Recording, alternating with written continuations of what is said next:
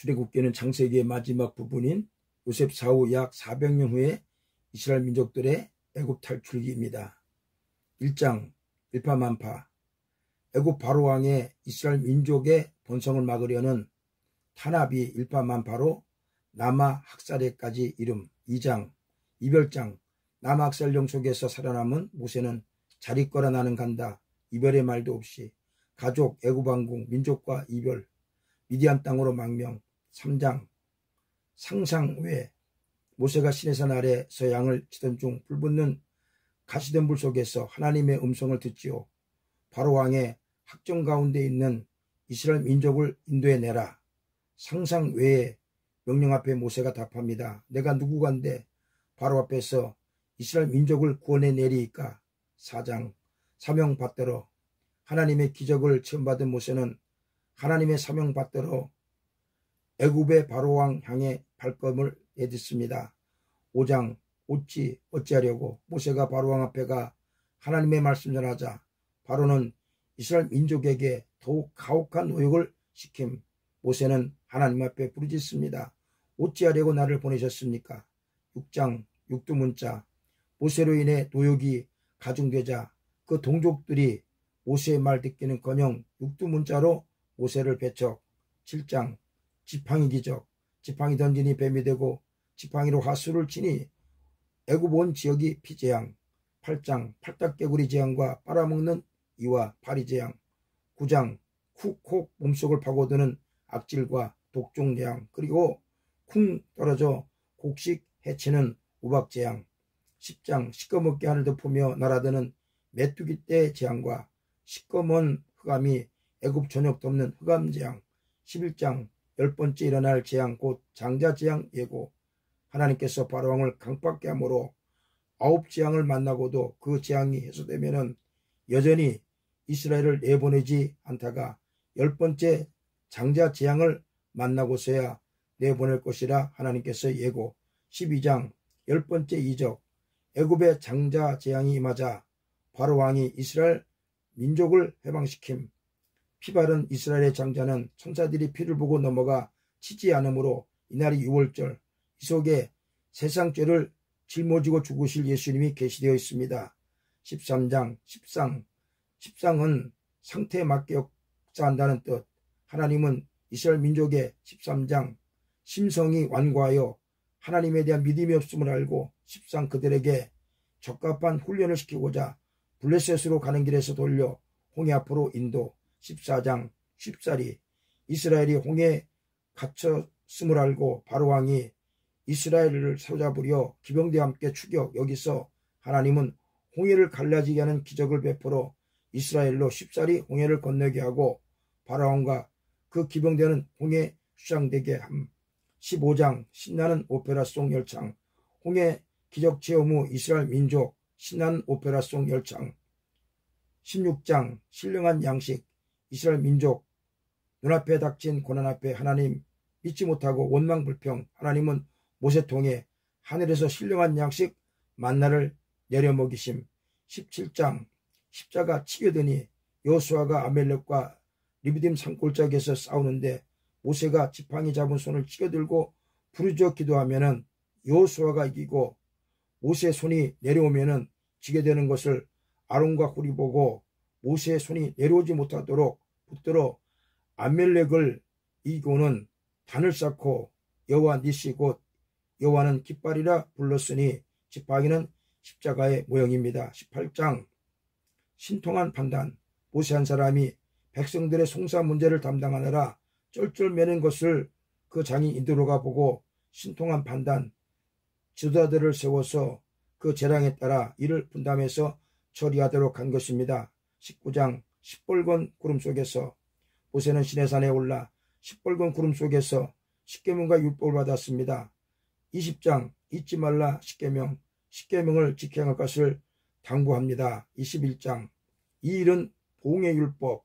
상종과 종 사이의 보응의 법과 상대에게 해를 입힐 경우 은군의 책임을 지게 하는 법. 22장 이배와 이단의 법. 재물 손해에 대해 2배 이상을 배상하고 이단적 행위는 엄중하게 심판하도록 정해준 법. 23장 이상적 법과 이스라엘 3대 절기, 이상사회 실현을 위한 법과 이스라엘의 상대 절기를 정해줌. 24장 이분에 쌓인 하나님과 인간 사이의 피의 언약식으로 제물의 피를 단에 뿌림 통해 피 흘림 되기까지 하나님께서 언약 지키실 것과 이스라엘 백성들에게는 그곳에 피를 뿌림으로 언약을 지켜 행하지 않을 경우 피 흘림을 당하게 된다는 언약식을 한 것임. 25장 이건 우뚝선 성소 안의 성물 설계도, 하나님께서 모세에게 보여준 성막의 설계도가 27장까지 기록됩니다. 25장은 우뚝선 성소 안의 설계도, 성소의 높이는 19규빗이니 4.56m, 울타리 포장은 5규빗이니 2.28m 이러므로 성막 밖에서 본 성소는 우뚝 솟아있는 모습이었습니다. 이 성소 안에 법궤, 떡상 등대에 대한 식양을 보이신 것입니다. 26장 이건 융단과 윤곽, 성소 지붕 덮개 곧 앙장은 융단 짜듯 짜고 성소의 윤곽은 기둥을 세우고 조각못을 잇대어 만들도록 했음. 27장 이건 치는 노단과 성막들, 노단은 제물을 죽여 죄를 치고 사함받는 곳이요, 성막들 울타리는 신세마포 포장을 친 방식으로 만들었음에 착안하였음. 28장 이건 판결 예복, 아론과 그 아들들의 제장 예복의 제단법으로 특히 대지향 예복에 부착된 흉패 안에 우림과 둠밈이란 판결 기구가 있음.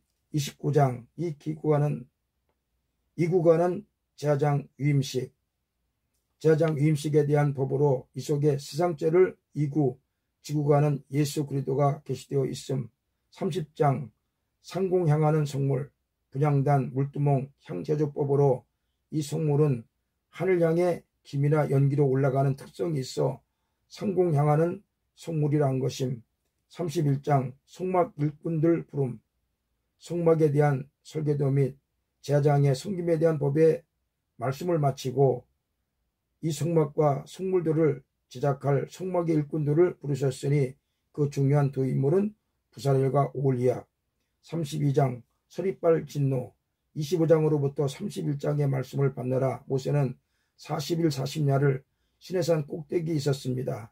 산 아래에 있던 백성들은 모세가 오랫동안 내려오지 않자 아론을 인도자로 세우고 송아지 우상을 만들게 그 우상을 하나님이라 비하.